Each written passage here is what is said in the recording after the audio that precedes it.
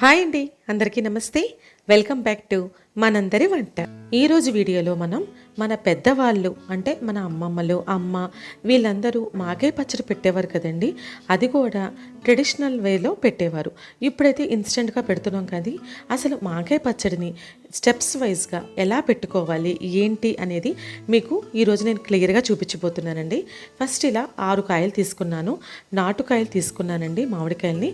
వీటిని ఇలా ముచ్చికి తీసేసి శుభ్రంగా కడుక్కోవాలి. కడిగిన తర్వాత వీటిని గుడ్డతో తుడిచి అప్పుడు వీటిపై ఉన్న చెక్కంతా తీసేసుకోవాలండి. ఇప్పుడు వీటిని పొడవు ముక్కలుగా కట్ చేసుకోవాలి. ఆవకాయకైతే మనం ముక్కల్ని బయటకు తీసుకువెళ్ళి పెద్ద పెద్ద కత్తులతో మనం దాన్ని ముక్కల కింద కట్ చేస్తాం కదా. కానీ ఇది మనం ఇంట్లో ఇలా చాక్తో ఇలా పొడవు ముక్కలుగా కట్ చేసుకుంటే మాగాయలో ఇవి ఊరి నోటికి తగిలి చాలా బాగుంటాయి.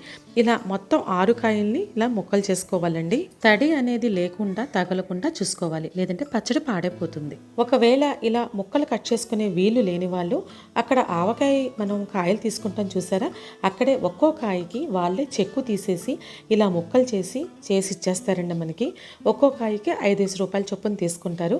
అలా అయినా చేసుకోవచ్చు. చూసారా, టెంక మాత్రం పడేయాలంతే. దానికి ఉన్న గుజ్జు కూడా ఇలా చాక్తో ముక్కల కింద చేసేసుకోవాలండి. ఇప్పుడు ఈ ముక్కలని నేను మీకు కొలత ప్రకారం చెప్పాలి కాబట్టి ఎన్ని కప్పులు వచ్చిందో చూద్దాము. నేను తీసుకునే గిన్నె కూడా మామూలు డైలీ మనం వంటలకు వాడే కప్పు కాదండి, ఒక చిన్న గిన్నె తీసుకున్నాను. ఈ చిన్న గిన్నెతో మనకి ఈ ముక్కలు అనేవి ఇంచుమించు 4 కప్పుల దాకా వచ్చాయి. ఇలా మనం చిన్న ఫ్యామిలీ అయితే కనుక 6 కాయలు మాగాయ అయితే సరిపోద్దేమో అనిపించిందండి నాకు. అందుకే మీకు అలాగే చూపిస్తున్నాను. ఈ మామిడికాయ కూడా నేను తీసుకున్నది చాలా చాలా పుల్లగా ఉందండి. దాన్ని బట్టే కొలతలు చెప్తున్నాను. ఒకవేళ మీకు మామిడికాయ అంత పుల్లగా లేదనుకోండి, మనకి ఊట అనేది ఎక్కువ రాదనమాట. అందుకే మాగాయకి ముక్క గట్టిగా ఉండాలి, పుల్లగా కూడా ఉంటే కనుక బాగుంటుంది. ఇప్పుడు చూసారా, 4 కప్పుల మామిడికాయ ముక్కలు తీసుకున్నాను. అలాగే 3/4 కప్పు కల్లుప్పు తీసుకోవాలి. నేను ఈ మామిడికాయ పుల్లగా ఉంది కాబట్టి ఇలా 3/4 కప్పు తీసుకుంటున్నానండి. ఒకవేళ మీకు మామిడికాయ పులుపు తక్కువగా ఉందని కానీ లేదు అంటే కనుక ఉప్పు అనేది ఒక్కో చోట ఒక్కో రకంగా ఉంటుంది కదండి. అందుకని 4 కప్పుల ఈ మామిడికాయ ముక్కలకి కావాలి అంటే మీరు కొంచెం తగ్గించి ఉప్పు వేసుకోండి. లేదు అంటే తర్వాత మనం ఉప్పు తగ్గినా వేసుకోవచ్చు, కానీ ఉప్పు పెరిగిపోతే మాత్రం ఆ రుచి మనకు రాదండి, ఇంకా అంతా వేస్ట్ అయిపోద్ది. అందుకని చూసి వేసుకోండి. ఇలా కలిపి ఉంచుకున్న తర్వాత ఉప్పు, పసుపు, మామిడికాయ ముక్కలు కలిపి ఉంచుకున్న తర్వాత నెక్స్ట్ రోజుకి చూడండి మూత పెట్టేసి అలా ఒక పక్కన పెడితే దాంట్లోంచి మనకి రసం వస్తుంది. అదే ఊట అంటే మామిడికాయ ఉప్పు కలిసి మనకి మామిడికాయ ఊట వస్తుందండి. మధ్య మధ్యలో కలుపుతూ ఇలా 3 రోజులు పక్కన ఉంచేయండి. అది కూడా ఒక ప్లాస్టిక్ డబ్బాలో కానీ లేదంటే ప్లాస్టిక్ బౌల్లో కానీ మనం ఇలా చేసుకోవాలి. ఒకవేళ స్టీల్ కానీ లేదంటే ఏదైనా మెటల్ పాత్రలో చేస్తే కనుక అది తినేస్తుంది, అంటే అబ్జార్బ్ చేసేసుకుంటుంది. అందుకే ప్లాస్టిక్ మాత్రమే వాడాలి, లేదంటే పింగాణి అయినా వాడుకోవచ్చు. ఇప్పుడు 3 రోజుల తర్వాత ఒక బౌల్ తీసుకుని దాంట్లో ఇలా చిల్లుల గిన్నె పెట్టుకొని పైన ఒక పల్చటి టవల్ పెట్టుకోవాలి. అది కూడా ఉతికిన టవల్ పెట్టుకోవాలి. కొత్త టవల్ అయితే కనుక మనకి ఇది పిండినప్పుడు ఓట అనేది రాదు. దీంట్లో 3 రోజులు మనం నానబెట్టిన మామిడికాయ ముక్కలు వేసి పిండితే చూసారా, మామిడికాయ ఊట ఎంత చక్కగా వస్తుందో.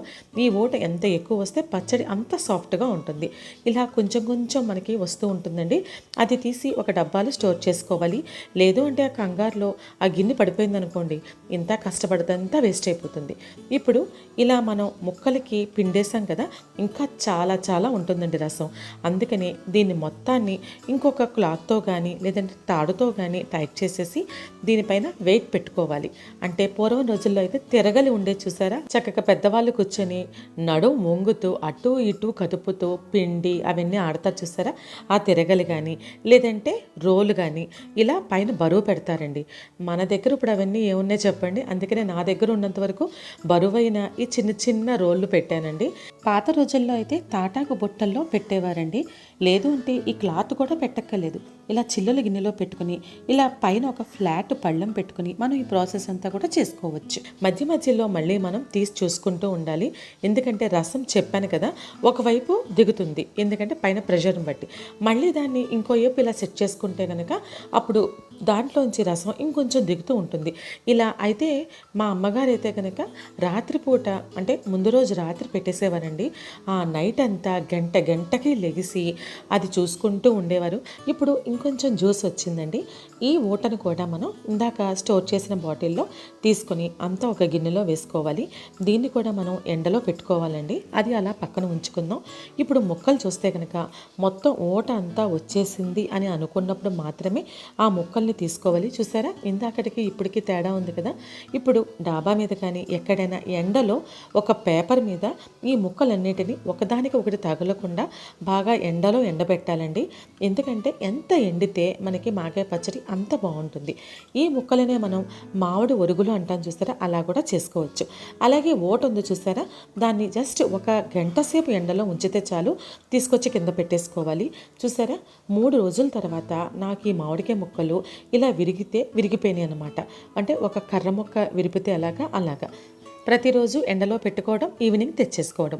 ఎండ బాగుంటే కనుక 2 రోజులైనా సరిపోతుందండి. ఇప్పుడు ఆ ఓట ఉంది చూసారా, అది ఫస్ట్ వేసుకొని దాంట్లో ఈ ముక్కలన్నీ వేసుకొని కలుపుకోవాలి. ఒకవేళ మీకు ఓట తక్కువ వచ్చిందనుకోండి, ఆ ముక్కలు అనేవి కొంచెం పక్కన పెట్టేసుకోండి. లేదు ఓట సరిపోయింది అనుకుంటే మాత్రం ఈ ముక్కలన్నీ కలుపుకోండి. ఇప్పుడు అదే బౌల్తో నేను ఒక నిండు కప్పు కారం వేసుకున్నాను. అలాగే 1 స్పూన్ ఆవపిండి వేసుకున్నానండి. 1/2 స్పూన్ మెంతిపిండి వేసుకోవాలి. ఇది ఆవకాయ కాదు కదా, అందుకే ఆవపిండి ఎక్కువ వేసుకోకర్లేదు, జస్ట్ టేస్ట్కి వేసుకోవాలంతే. ఇప్పుడు ఆ ఊట, ముక్కలు, ఉప్పు, కారం అన్నీ ఒకసారి కలుపుకున్న తర్వాత దీంట్లో మనం కొంచెం పసుపు కూడా వేసుకోవాలి. ఇది ఇలా పక్కన ఉంచి స్టవ్ మీద ఒక ప్యాన్ పెట్టి ఏ గిన్నెతో అయితే నేను కొలత చూపించానో అదే గిన్నెతో పప్పు నూనె వేసుకున్నానండి. లేదంటే నల్ల నువ్వుల నూనె కూడా వేసుకోవచ్చు. ఇప్పుడు నూనె మరిగిన తర్వాత 1 స్పూన్ ఆవాలు, వాముట్లు అంటారండి, కొన్ని చోట వాముటాలు అంటారు, ఇవి కూడా 1 స్పూన్ వేసుకోవాలి. ఇవి ఆవాల కంటే చిన్నవిగా ఉంటాయి. అలాగే 1 స్పూన్ ఇంగువ కూడా వేసుకోవాలి. వీటన్నింటిని బాగా కలుపుకొని 2-3 ఎండుమిరపకాయలు కూడా వేసుకొని నూనె బాగా చల్లారిన తర్వాత మాత్రమే ఈ మాగాయ ముక్కల్లో కలుపుకోవాలి. నూనె వేడిగా ఉన్నప్పుడు కలపకూడదండి. నూనె బాగా చల్లారాలి. చల్లారిన తర్వాత మాత్రమే కలుపుకుంటే దాంట్లో మీకు నీరు అనేది రాకుండా ఉంటుంది. ఇప్పుడు నూనె, ముక్కలు అన్నీ కలిసేట్టు కలుపుకోవాలి. ఒకవేళ మీకు ఉప్పు తగ్గింది అనిపించుకున్నా, లేదంటే కారం తగ్గినా, నూనె తగ్గినా మళ్ళీ వేసుకోవచ్చు. అందుకని ఫస్ట్ ఎక్కువ వేసుకోవద్దండి. కొంచెంగా వేసుకుంటే కనుక మనం కావాలంటే కలుపుకోవచ్చు. ఇప్పుడు మనకు మాగాయ అయితే రెడీ అయిపోయిందండి, తినేయచ్చు. కానీ ఒక 4-5 రోజులు ఇవన్నీ కలిపి ఒక జాడీలో ఇలా నిల్వ చేసుకొని తర్వాత తింటే ముక్క అనేది చక్కగా మెత్తబడి ఆ ఉప్పు కారం అంతా పీల్చుకొని మాగాయ అనేది రెడీ అయిపోతుంది అనమాట. ఇప్పుడు జాడీలో పెట్టుకుని పైన ఇలా కర్చీఫ్తో కానీ, లేదంటే ఏదైనా ఒక క్లాత్తో కానీ, రబ్బర్ బ్యాండ్స్ కానీ, లేదంటే దారంతో కానీ గట్టిగా చుట్టుకోవాలి, పురుగు అవి వెళ్ళకుండా అనమాట. లేదంటే గాజు సీసాలో అయినా సరే నిల్వ చేసుకోవచ్చు. నాకు తెలిసినంత వరకు స్టెప్స్ వైజ్ ఈ మాగాయ పచ్చడి బాగానే చెప్పాను అనుకుంటున్నాను.